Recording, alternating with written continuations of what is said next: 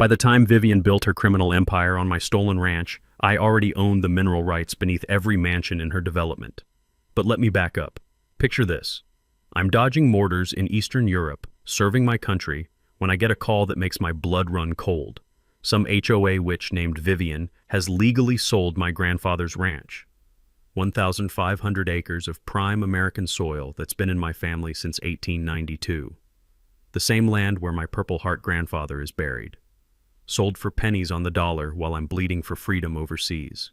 I come home to the sound of gravel crunching under surveyor boots, watching strangers stake out my family cemetery. Vivian thought she'd stolen everything from a broken veteran who couldn't fight back. What she didn't know was that Grandpa had left me one final gift buried in those 1960s property documents. Legal ownership of the ground beneath 50 luxury homes worth $47 million combined. What would you do if you came home to find your inheritance stolen? Drop a flag emoji. Where are you watching from? Because this could happen to anyone, anywhere in America. This is how one veteran turned an HOA land grab into the most expensive property lesson these thieves ever received. My name is Staff Sergeant Ezra Thornfield, and I'm a third-generation rancher who just spent 18 months keeping the peace in Eastern Europe.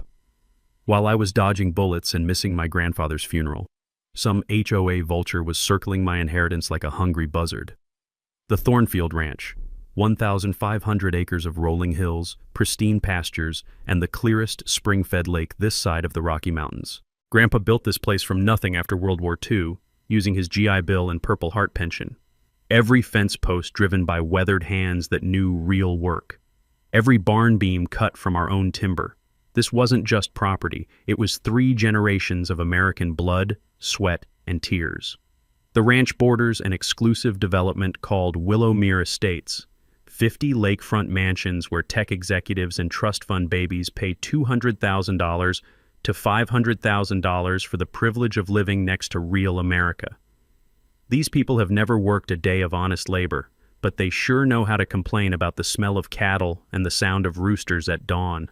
I pull into my driveway after that nightmare flight from Germany, expecting to see familiar pastures. Instead, I'm hit with the acrid smell of fresh surveyor paint marking century-old oak trees like death sentences. Bright orange "sold" signs stab into my family's soil like daggers. Surveyors with clipboards are mapping my land, driving stakes through Grandpa's prized rose garden where the scent of crushed petals now mixes with diesel fuel from their equipment.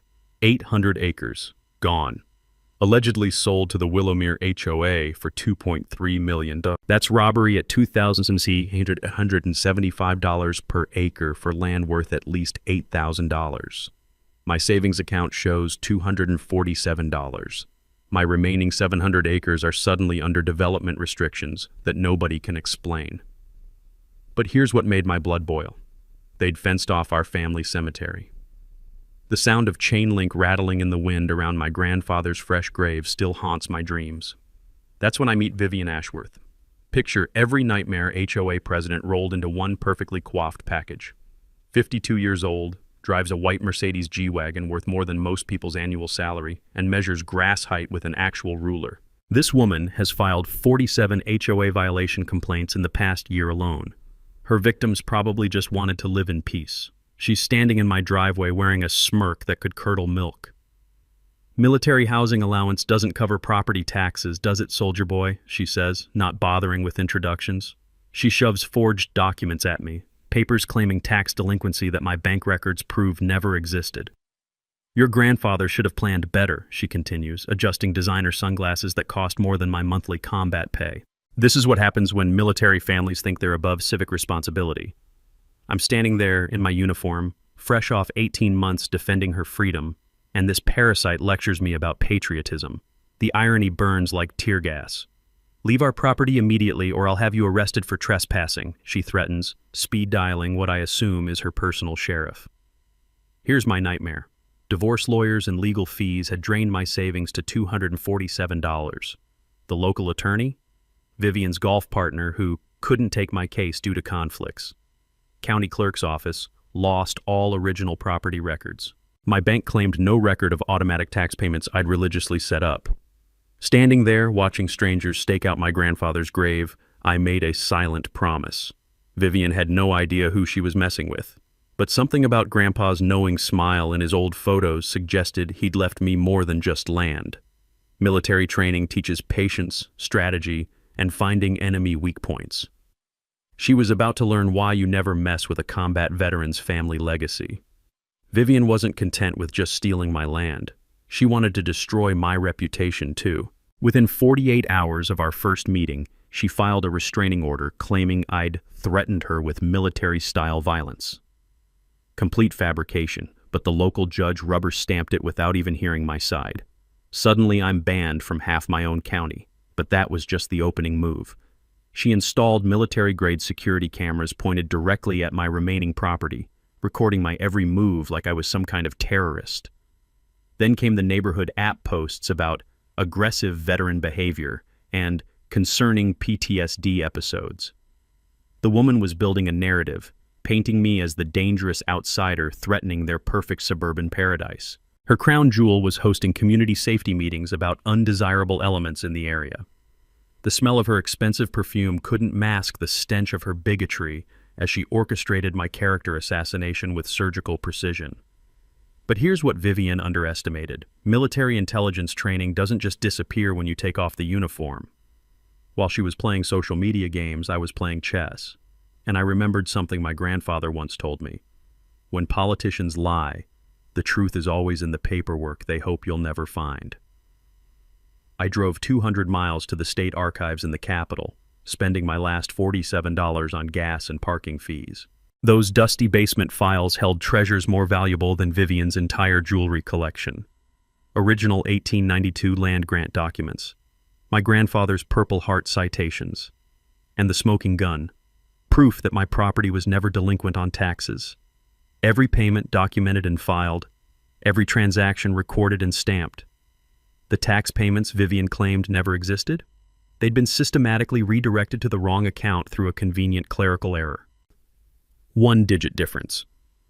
During my divorce proceedings, my attorney had warned me about this exact scam, how corrupt officials redirect payments to create artificial delinquencies, then swoop in for pennies on the dollar.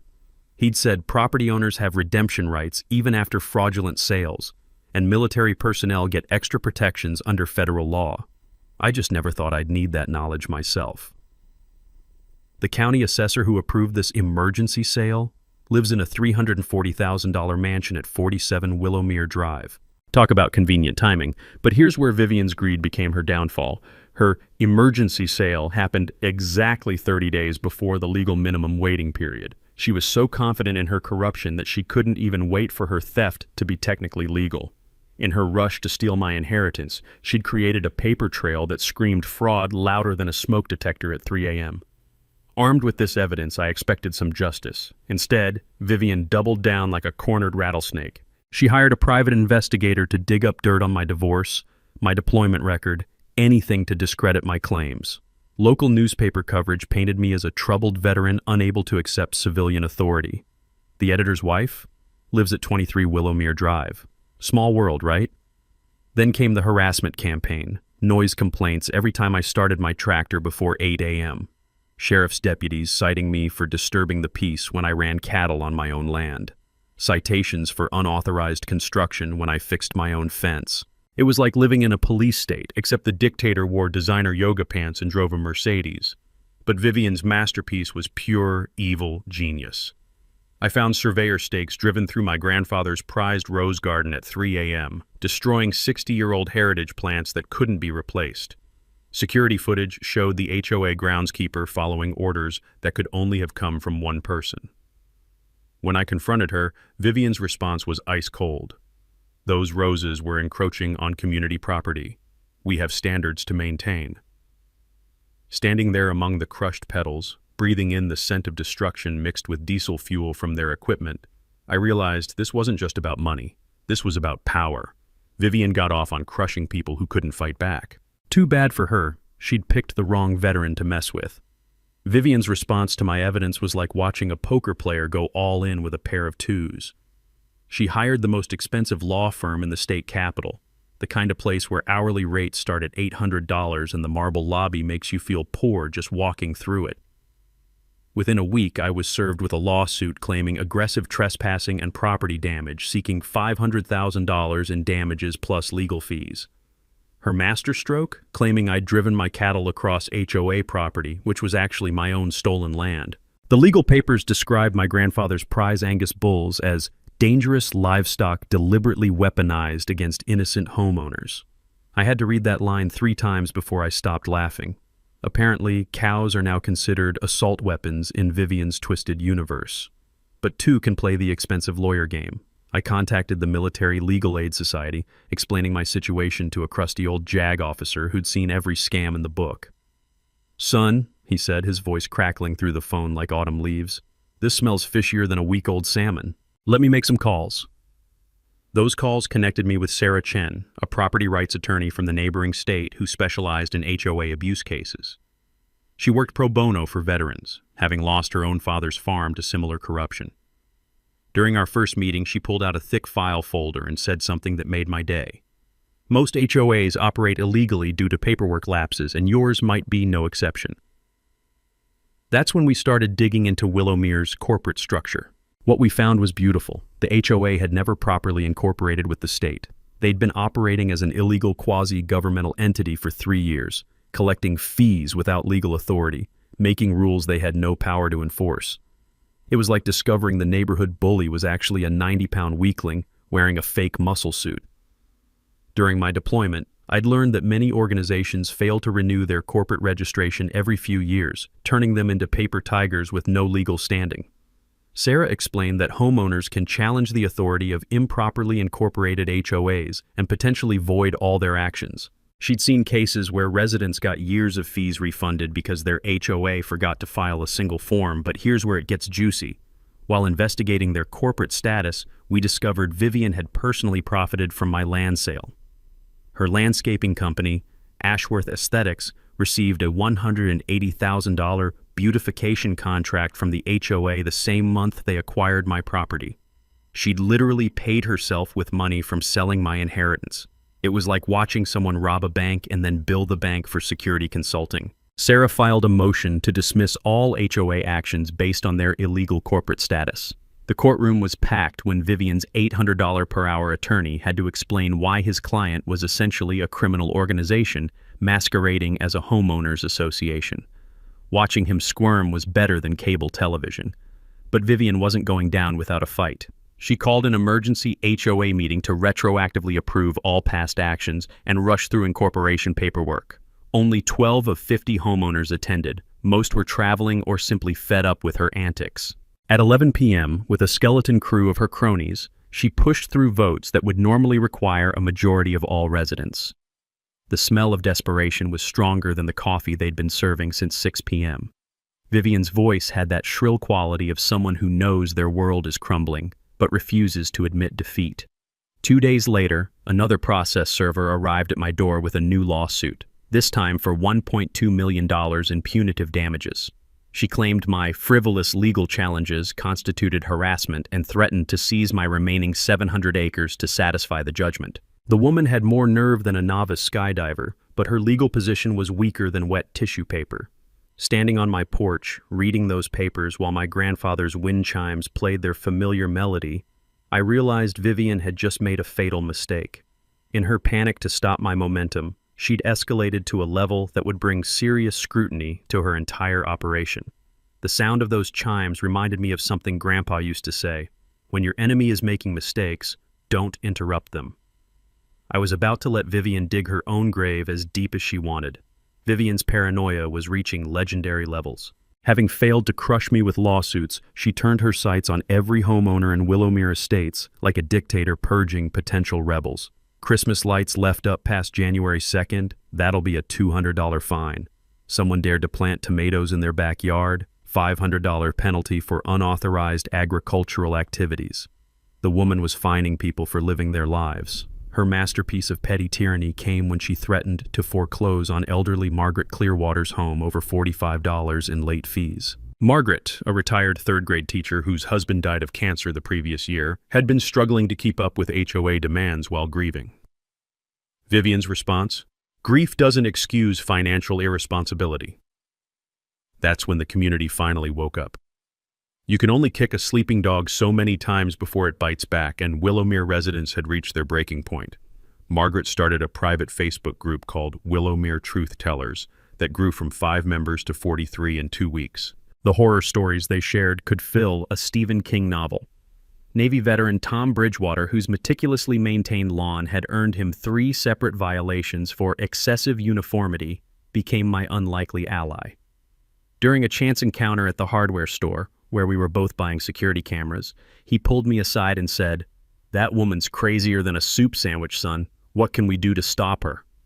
I started organizing Know Your Rights workshops at the local library, sharing everything Sarah and I had learned about HOA law. The first meeting drew 8 curious neighbors, the second drew 22. By the third, we had standing room only, with people taking notes like their lives depended on it. Which, considering Vivian's escalating tyranny, they probably did. During one of these sessions, Margaret dropped a bombshell that changed everything. While cleaning out her late husband's papers, she'd found the original HOA covenants from 1965 tucked away in their attic like buried treasure. Her husband had been on the original development committee, and he'd kept everything. The brittle yellow pages contained language that made my heart sing. The bylaws explicitly prohibited any land acquisition beyond the original 50-lot plat. Vivian's purchase of my property didn't just violate state law, it violated the HOA's own founding documents. She'd committed what lawyers call ultra vires acts, meaning she'd exceeded her legal authority so completely it was like a mayor trying to declare war on Canada. Sarah explained that when organizations act beyond their legal powers, those actions are void from the beginning, like they never happened at all. It was as if Vivian had been playing chess while everyone else was playing checkers, except she'd been moving pieces illegally the entire time. But Margaret wasn't done delivering knockout punches. Tom's investigation into the community pool maintenance fund revealed $89,000 missing over 3 years. The money had been flowing directly to Ashworth Aesthetics for services that were either never performed or grossly overpriced. While residents paid higher fees for pool repairs, Vivian was funding her personal landscaping empire with their money. The pool itself told the story. Green algae thick enough to walk on, broken filtration systems, and diving boards held together with duct tape and prayers. The smell of chlorine had been replaced by the stench of stagnant water that made you gag from 50 feet away. Yet somehow, Vivian's company had billed $30,000 for premium maintenance services just last year. When confronted at the next community meeting, Vivian's response was pure desperation disguised as authority. She hired 2 security guards to maintain order, scheduled votes during working hours when most residents couldn't attend, and threatened legal action against anyone spreading lies and misinformation about HOA finances. The meeting itself was like watching a dictatorship collapse in real time. Vivian stood at the podium, her voice getting shriller with each challenge, while angry homeowners demanded answers she couldn't provide. The security guards looked increasingly uncomfortable as they realized they were protecting a tyrant from her own neighbors. "This is what happens when outside agitators infiltrate our peaceful community," she declared, pointing directly at me. "Certain people can't accept that property has changed hands legally." Margaret stood up, her teacher's voice cutting through the chaos like a sword through silk. "Vivian, I've lived here longer than you've been alive. This isn't about outside agitators. This is about a board member stealing from her own neighbors." The applause that followed shook the community center windows. Watching Vivian's face crumble as her own community turned against her was sweeter than my grandmother's apple pie. Her empire of petty tyranny was finally cracking, and the sound was beautiful. Sarah called me at 6:47 a.m. on a Tuesday that changed everything. Her voice was shaking with excitement as she said, "Ezra, you need to sit down for this. I found something that makes Vivian's worst nightmare look like a pleasant dream." She'd been digging through the original 1960s development records when she discovered a legal technicality that would make corporate lawyers weep with joy. When Willowmere Estates was first developed, the original landowner, my grandfather's neighbor, had only sold the surface rights to the development company. He'd retained ownership of everything underground: mineral rights, subsurface access, and most importantly, foundation support rights. My grandfather had quietly purchased those subsurface rights in 1963 for $500, thinking the mineral deposits might be valuable someday. What he'd actually bought was the legal foundation beneath every mansion in Willowmere Estates. All 50 homes were technically built on property that now belonged to me. Sarah explained it like this. Imagine you own a house, but someone else owns the ground your basement sits in. That's exactly what had happened here. Surface rights and mineral rights are completely separate legal entities, something I'd learned during a geology course the Army had sent me to in Colorado. The instructor had told us about cases where homeowners discovered their houses were built on land they didn't actually own below ground level. The implications hit me like a freight train loaded with justice. I could legally demand the removal of every structure built on my subsurface property. The estimated cost for relocating 50 luxury homes, somewhere between $12 and $15 million. Alternatively, the homeowners could purchase the subsurface rights from me at fair market value, which our appraiser estimated at $45 million for the entire development. When Sarah broke the news to Vivian's legal team, the $800 per hour attorney requested an emergency meeting that cost them $25,000 in one afternoon. Their conclusion was devastating for Vivian. My legal position was unassailable. No insurance company would cover property rights disputes of this magnitude. The foundation of their entire community, literally and figuratively, belonged to the veteran they'd tried to destroy. I watched Vivian's world crumble through my binoculars as moving trucks appeared in driveways throughout Willowmere. Real estate agents swarmed the development like vultures at a roadkill buffet. Home values crashed overnight as word spread through the mortgage industry that title insurance might not cover these properties. The sound of Vivian's expensive fountain pen hitting the marble conference table during that emergency meeting, captured on security cameras she'd installed herself, became the audio signature of her downfall. Her $1.2 million mansion was now worth whatever I decided to charge for the land beneath it. Margaret called that evening, her teacher's voice bubbling with laughter. "Ezra, honey, Vivian's been driving around the neighborhood for 3 hours, just circling like a lost dog. I think she's having some kind of breakdown." Tom was more direct. "That woman thought she was playing chess with a country boy. Turns out you were playing three-dimensional chess while she was still learning checkers." The nuclear option was now in my hands. I could force the evacuation of every home in Willowmere Estates, bankrupting 50 families to satisfy my desire for revenge. Or I could negotiate a settlement that would return my stolen land plus enough compensation to make Vivian's theft the most expensive mistake in county history. But here's what Vivian didn't understand about military training. We're taught to achieve objectives with minimal collateral damage. The enemy was her, not the innocent homeowners who'd been deceived by her schemes. The leverage had shifted so completely that Vivian now faced a choice between financial ruin and criminal prosecution. Her stolen empire was built on land she'd never actually owned, and the foundation of her power was literally mine to control. Justice wasn't just coming, it was standing on my property wearing combat boots and carrying legal documents that would make her rue the day she'd tangled with a thornfield. When you hold nuclear weapons, you don't just push the button, you build a strategy that maximizes impact while minimizing fallout. Sarah assembled a legal dream team that would make Pentagon war planners jealous. A military property rights attorney who'd never lost a veteran's case, a forensic accountant who could trace dirty money through more layers than a wedding cake, and a real estate expert whose property valuations had stood up in Supreme Court cases. Our war room was my grandfather's old study, maps and documents covering every surface like a military operation. The smell of old leather and coffee mixed with the excitement of impending victory as we planned our three-phase campaign: exposure, negotiation, and if necessary, total enforcement. Dr. Jennifer Walsh, our forensic accountant, had traced every stolen dollar with surgical precision. "Vivian's embezzled $340,000 over 4 years, she announced, spreading financial charts across the oak table. Pool maintenance, landscaping contracts, security services that were never provided. She's been running a one-woman crime syndicate disguised as community management." The evidence arsenal was devastating. Original mineral rights documents from 1963, forensic analysis of the forged tax papers showing different ink types and printing dates, HOA financial records revealing a systematic pattern of self-dealing that would make mob accountants blush, video evidence of illegal property modifications, all time-stamped and authenticated. But our secret weapon was Margaret, who'd become an inadvertent master spy. Her Wednesday Bridge Club included Vivian's closest allies, and elderly ladies apparently share more secrets than CIA operatives after 3 glasses of wine. Through Margaret's intelligence network, we learned about Vivian's Swiss bank account containing exactly $2.3 million, the amount she'd paid for my stolen property.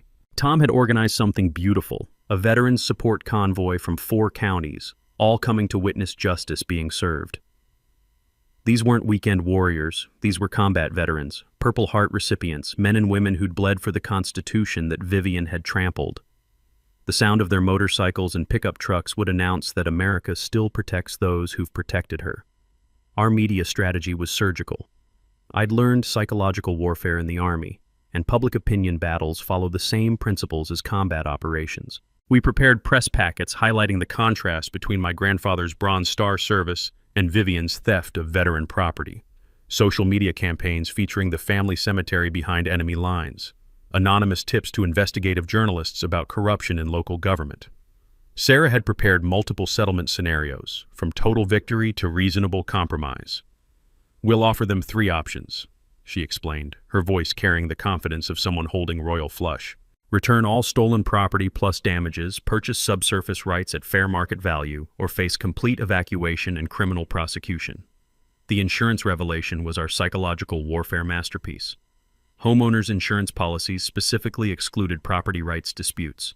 Title insurance companies were already refusing to defend the impossible position of owning homes built on someone else's land. Most residents would lose everything if forced to relocate their foundations. During our final strategy session, we discovered something that made victory even sweeter. The environmental engineer's soil analysis revealed that HOA construction had contaminated the lake with runoff from improperly installed drainage systems. Vivian's development violated EPA regulations, giving us federal jurisdiction and potential criminal charges that could add years to her eventual prison sentence. Margaret's infiltration of Vivian's inner circle produced our final intelligence coup. Vivian was planning to flee to Switzerland if the legal case went against her. Her escape plan included liquidating assets, transferring funds offshore, and disappearing before criminal charges could be filed. She'd underestimated how quickly federal authorities move when stolen military property is involved. The community mobilization was reaching critical mass.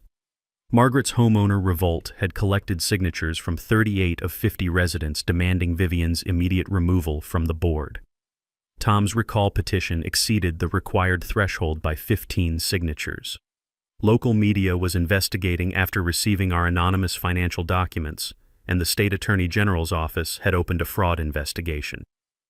As I sat in Grandpa's chair that final evening, surrounded by legal documents that would restore my family's honor, I felt his presence in the room. The dog tags hanging on his portrait seemed to catch the lamplight, reminding me that justice delayed isn't always justice denied. Sometimes it's justice perfected. Tomorrow, Vivian would learn why you never steal from a veteran's family.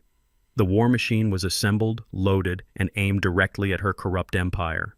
Time to pull the trigger and watch it all come crashing down. Desperation makes people dangerous, and Vivian was drowning in it. When legal warfare failed, she turned to sabotage with the subtlety of a sledgehammer. My water well, which had provided crystal-clear spring water for 3 generations, suddenly developed a mysterious crack that drained the entire system overnight. The repair estimate, $12,000.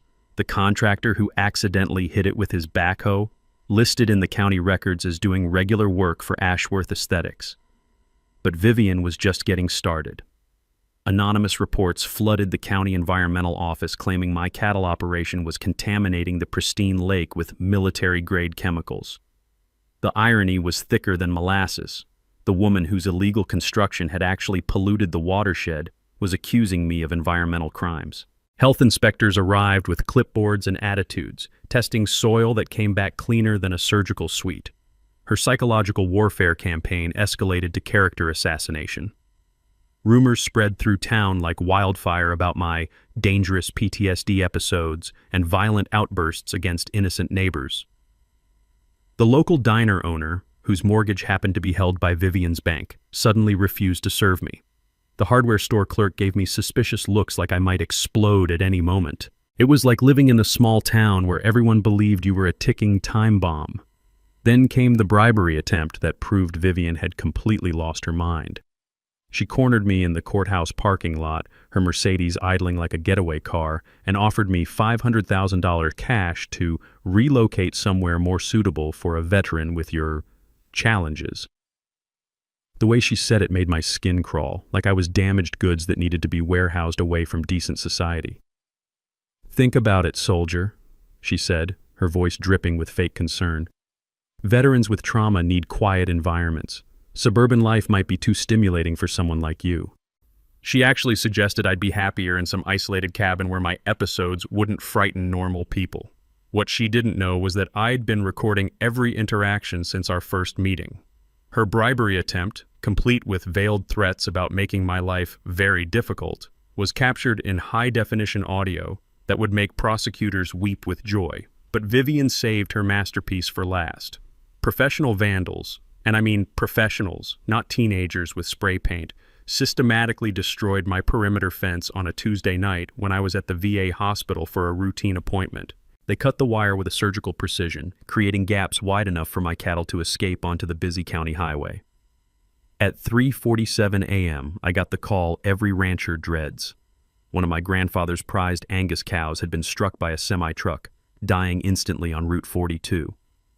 The financial loss was devastating, but the emotional impact was worse. That cow had been descended from the original herd Grandpa built after the war. Vivian's response was as swift as it was sickening. She called the sheriff's department before the cow's body was even cold, claiming I was operating a dangerous livestock facility that threatens community safety. Local news crews arrived like buzzards, filming my dead cow while she gave interviews about reckless veterans who endanger innocent families.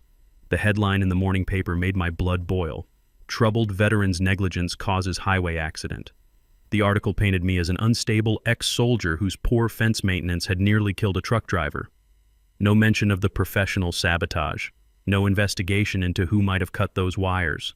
Just another story about a broken veteran who couldn't handle civilian responsibility. Meanwhile, Margaret's Bridge Club intelligence revealed Vivian's nuclear option. She was filing for emergency bankruptcy to protect her personal assets while transferring her mansion to a shell corporation in the Cayman Islands. The woman who'd spent 4 years stealing from her neighbors was now claiming financial hardship due to my frivolous lawsuits. The smell of hydraulic fluid from my sabotaged farm equipment mixed with the stench of Vivian's desperation as she played her final cards. Security cameras captured masked figures damaging machinery, cutting brake lines on my tractor, and even poisoning my grandfather's memorial oak tree with industrial herbicide. But every act of sabotage only strengthened our case. Sarah was documenting everything, building a criminal conspiracy case that would send Vivian to federal prison for years. The FBI Financial Crimes Unit had already frozen her Swiss accounts based on evidence we'd provided. Standing beside my grandfather's poisoned oak tree, watching its century-old leaves turn brown and curl, I realized Vivian had made a fatal mistake. She'd escalated from property theft to attempted murder. Those cut brake lines could have killed me. Her desperation had transformed her from a white-collar criminal into someone who belonged in maximum security. The sound of breaking glass echoed through the night as another accident damaged my security lights. But this time, I was ready. Justice was coming, and it wore combat boots. Vivian's desperation reached psychotic levels when she realized bankruptcy wouldn't save her. Federal authorities had frozen her offshore accounts faster than she could say Cayman Islands, and her attempted asset shuffle looked like amateur hour compared to real financial criminals. So she played the only card left in her deck: complete character destruction through manufactured evidence. The setup was diabolical in its simplicity. She hired a professional actor, a guy who looked enough like me to fool security cameras, to cause a disturbance at Murphy's Tavern on a busy Friday night. This fake Ezra started fights, threatened patrons, and screamed about killing HOA board members before stumbling out into the parking lot. Within hours, edited security footage was all over social media showing a dangerous veteran making terroristic threats. But her masterpiece of frame-up artistry came when she planted evidence in my truck during a routine traffic stop. The sheriff's deputy, whose daughter coincidentally attended private school on an anonymous scholarship from Ashworth Aesthetics, discovered an open bottle of bourbon under my passenger seat during a random vehicle inspection. Suddenly I'm facing DUI charges despite being stone-cold sober and having witnesses who could verify my location all day. The restraining order she filed next was a work of fiction that would make Stephen King jealous. According to Vivian's sworn testimony, I had threatened her with military-style violence and demonstrated advanced tactical knowledge that poses an imminent threat to community safety. She claimed I'd described in detail how a combat veteran could neutralize multiple targets before law enforcement could respond. Complete fabrication, but it worked. The judge expanded the restraining order to cover the entire Willowmere development, effectively banning me from half my own county. I couldn't even drive past the community entrance without risking arrest. That's when our counterintelligence operation revealed Vivian's ultimate escape plan. Margaret's bridge club had outdone the CIA. Apparently, wine and gossip create the perfect environment for extracting classified information from loose-lipped conspirators. Vivian was planning to dissolve the HOA completely, liquidate all remaining assets, and disappear to Switzerland before criminal charges could be filed. Her timeline was aggressive. Transfer the remaining community funds to her personal accounts, claim the HOA voted to disband due to ongoing legal harassment, and board a one-way flight to Zurich within 72 hours. She'd already purchased the ticket using a credit card linked to the community pool maintenance fund. But while Vivian was planning her great escape, we were setting the perfect trap. Sarah had coordinated with federal prosecutors to time everything perfectly. The FBI financial crimes investigation would culminate in arrest warrants issued exactly 1 hour before Vivian's planned departure. Her Swiss bank accounts were already frozen, her assets under federal seizure orders, and her passport flagged for international monitoring. The media strategy was reaching crescendo. Our anonymous tips had sparked a full investigative series in the state newspaper about HOA corruption and veteran property theft. The contrast was perfect. War hero's family cemetery desecrated by corrupt suburban dictator. Public opinion had shifted so completely that Vivian couldn't show her face in town without getting hostile stares. Tom's veteran convoy had grown beyond our wildest expectations. Word had spread through military networks across 4 states about a sister-in-arms whose family legacy was under attack. Combat veterans, Purple Heart recipients, Gold Star families, they were coming to stand witness as justice was finally served. The sound of their motorcycles would announce that America still protects those who've sacrificed for her. The community rebellion reached critical mass when Vivian made her final desperate play. She offered to sell back 400 acres of my stolen land for $1.2 million, exactly what she'd paid for all 800 acres. This generous compromise for community peace required me to drop all criminal charges and civil lawsuits while allowing her to keep half my inheritance. Her threat was as pathetic as it was empty. Accept this deal or I'll burn down the community center before I let you destroy everything I've built. The woman who'd spent years terrorizing her neighbors was now threatening arson to avoid consequences. But Margaret delivered the intelligence that sealed Vivian's fate. During their final bridge game, fortified by 3 glasses of wine, Vivian had confessed to forging the tax documents herself. She'd bragged about how easy it was to fool stupid government clerks and create fake delinquencies. Margaret had recorded the entire confession on her smartphone, capturing every incriminating detail in crystal-clear audio. The trap was set for tomorrow's community meeting. Vivian thought she was negotiating from strength, planning to present her final ultimatum before disappearing forever. She had no idea that FBI agents were already in position, that her escape routes were monitored, and that her own confession was about to be played before 200 witnesses. The sound of car doors slamming echoed through the night as the veteran convoy began arriving early, setting up a perimeter around the community center like we were securing a forward operating base.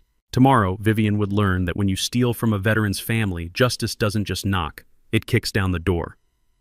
The community center parking lot looked like a military operation at 6 p.m. sharp.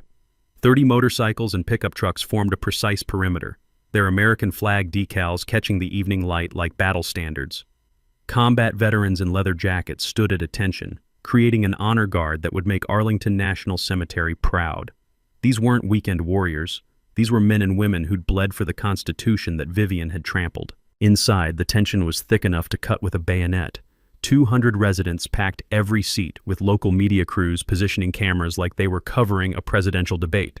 County Sheriff Mitchell positioned his deputies at every exit, officially for crowd control, but really to prevent a certain someone from making an unscheduled departure. Vivian arrived fashionably late in her white Mercedes, flanked by her $800 per hour attorney, whose briefcase probably cost more than most people's monthly salary. She strutted through the crowd like a queen addressing peasants, her designer suit and perfect makeup a stark contrast to the working-class folks she'd been terrorizing for years. "Ladies and gentlemen," she began, her voice carrying that practiced politician's cadence that sounds sincere but feels like fingernails on a chalkboard. "I've called this meeting to resolve an unfortunate misunderstanding with our neighbor, Mr. Thornfield. Despite his military service, which we all respect, certain legal complexities require adult supervision. The condescension was so thick you could taste it. Here was a woman who'd stolen from her own neighbors, embezzled community funds, and committed federal crimes, lecturing a combat veteran about adult supervision. "I'm prepared to offer a generous settlement," she continued, pulling out a prepared statement. "Mr. Thornfield can repurchase 400 acres of the disputed property for $1.2 million, a significant discount that reflects our community's appreciation for veterans. In exchange, all legal proceedings will cease, and we can move forward in harmony." That's when I stood up, and the room fell silent except for the whisper of leather jackets shifting as 30 veterans straightened in their seats. "Vivian," I said, my voice carrying the calm authority that comes from facing real enemies in real combat, "I appreciate the offer, but before we discuss money, let's discuss ownership." I nodded to Sarah, who activated the projector with theatrical precision. The original 1963 mineral rights documents filled the screen in glorious high definition, complete with my grandfather's signature and the county clerk's official seal. "These documents prove that I own the subsurface rights beneath every mansion in Willowmere Estates," I announced. "That means every foundation, every basement, every septic system sits on property that legally belongs to me." The gasps from the crowd sounded like air being sucked from the room. Real estate agent Patricia Wells, whose own house sat on my property, whispered, "Oh my God," loud enough for the back row to hear. "The current market value for purchasing these subsurface rights is $47 million, I continued, watching Vivian's face drain of color faster than her bank account. "Alternatively, all 50 homes can be relocated at an estimated cost of $15 million. Vivian's attorney was frantically packing his briefcase, probably calculating how quickly he could distance himself from this legal disaster. The sound of expensive Italian leather snapping shut echoed through the stunned silence, but I wasn't finished. "Since we're discussing property ownership, let's also discuss theft." Margaret stood up like a courtroom witness, her smartphone gleaming in her trembling hand. "I have a recording of Vivian confessing to forging tax documents and stealing veteran property. Would you like to hear it?"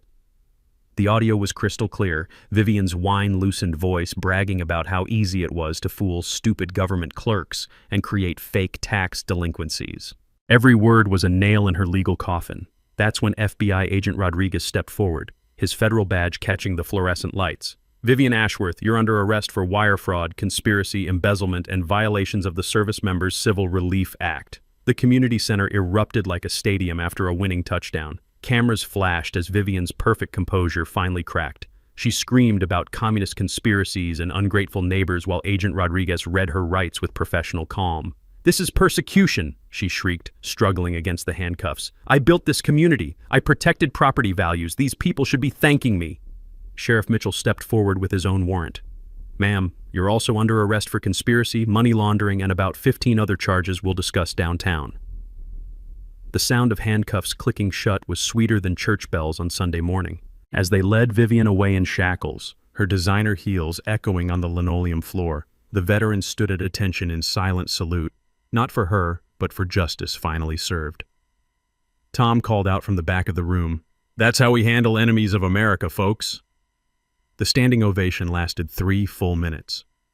Outside, the veteran convoy's motorcycle engines roared to life, their victory lap echoing through Willowmere like freedom's own thunder. Justice moved swift and merciless. Vivian drew 5 years in federal prison plus $2.1 million in restitution, every stolen penny accounted for and returned with interest. The county assessor who'd helped orchestrate the fraud lost his pension, served 2 years, and was permanently disbarred from public service. Watching these parasites face real consequences felt better than Christmas morning after a year-long deployment. Within 6 months, my family's 1,500 acres were fully restored to legal ownership. The new HOA board, led by Margaret as president and Tom as treasurer, operated with radical transparency that would make government agencies jealous. Monthly financial reports, open book policies, and a constitutional amendment requiring unanimous board approval for any expenditure over $500. No more dictators, no more secret deals, just neighbors helping neighbors live in peace. The surface rights negotiation became a model for fair dealing. Instead of bankrupting 50 families to satisfy my desire for revenge, I sold the subsurface rights at 20% below market value, $8.2 million spread over 10 years with zero interest. Call it a veteran's discount for people who'd been deceived by criminals. The Homeowners Association now actually serves homeowners instead of enriching board members. Personal healing came in unexpected ways. I built my new ranch house on the hill overlooking our family cemetery, where I could see my grandfather's headstone every morning and evening. The rose garden was replanted with heritage varieties that filled the air with the same sweet fragrance I remembered from childhood visits. Those roses had survived one war. They damn sure survived one corrupt HOA president. The community transformation exceeded everyone's expectations. Margaret's presidency brought competence and kindness to HOA management. Tom organized monthly veteran support groups that helped former soldiers navigate property rights issues before they became legal disasters. Our library workshops expanded statewide, teaching citizens how to protect themselves from municipal corruption and HOA abuse. Local newspaper editor Patricia Kane won a state journalism award for her investigative series on HOA corruption, proving that small-town reporting can still change lives when journalists choose truth over access. Her coverage inspired legislative reforms requiring HOA financial audits and criminal background checks for board candidates. But the crown jewel of our victory was the Thornfield Veterans Scholarship Fund, established with $500,000 from the settlement proceeds. This program supports children of deployed service members through college, ensuring military families never have to choose between serving their country and securing their children's future. In 5 years, we've funded 47 students, including 3 who've gone on to military academies and 2 who became veterans' rights attorneys. Our annual fundraising gala brings the entire community together at the restored ranch, where combat veterans and suburban neighbors share barbecue and swap stories under the same stars my grandfather once watched. Margaret organizes silent auctions featuring local artwork, while Tom leads tours of the memorial garden we created for all county veterans. Even former Willowmere residents who initially resented me now contribute generously to honor their neighbors who've served. The legal precedent from my case became required reading in law schools nationwide, and Sarah Chen now travels the country teaching property rights seminars at veterans organizations. The Thornfield Doctrine protects military families from predatory local governments and corrupt HOAs, ensuring no veteran returns from deployment to find their inheritance stolen. Personal happiness found me when I least expected it. I married Janet Morrison, the librarian who'd helped research those crucial property documents in the early days of our fight. We adopted 2 children whose Marine father died in Afghanistan, giving them the stable home and family legacy that every military child deserves. Our ranch operates as both a working cattle operation and a retreat center where veterans find peace among people who understand their sacrifices. The phone call came last Tuesday. A Marine sergeant from California whose city was trying to seize his family farm through eminent domain abuse. "Sir, I heard what you did in Willowmere," he said, his voice carrying the same desperation I'd felt 3 years ago. "Could you help me fight these bastards?" Looking across my wall of thank you letters from veterans nationwide, Purple Heart recipients, Gold Star families, and combat survivors who'd reclaimed their stolen property using our legal playbook, I felt my grandfather's proud smile warming the room. "Son," I told him, "pack your legal documents and get ready for war. Justice isn't finished yet." The sound of children laughing in the restored rose garden drifted through my office window, mixing with the gentle melody of Grandpa's wind chimes. Some battles end with surrender. Others end with victory so complete that the enemy's defeat becomes everyone else's liberation. This is what happens when David doesn't just beat Goliath, he teaches every other David how to use a slingshot. Drop a comment about your worst HOA nightmare. Let's expose these petty tyrants together. Hit that subscribe button if you want more stories of underdogs who fought back and won. Thank you for tuning in to HOA Stories, where neighbors stand up against HOA Karens and karma comes a-knocking. If you like this story, hit that like button, share your thoughts below, and subscribe for more HOA tales and real-life neighborhood drama each week.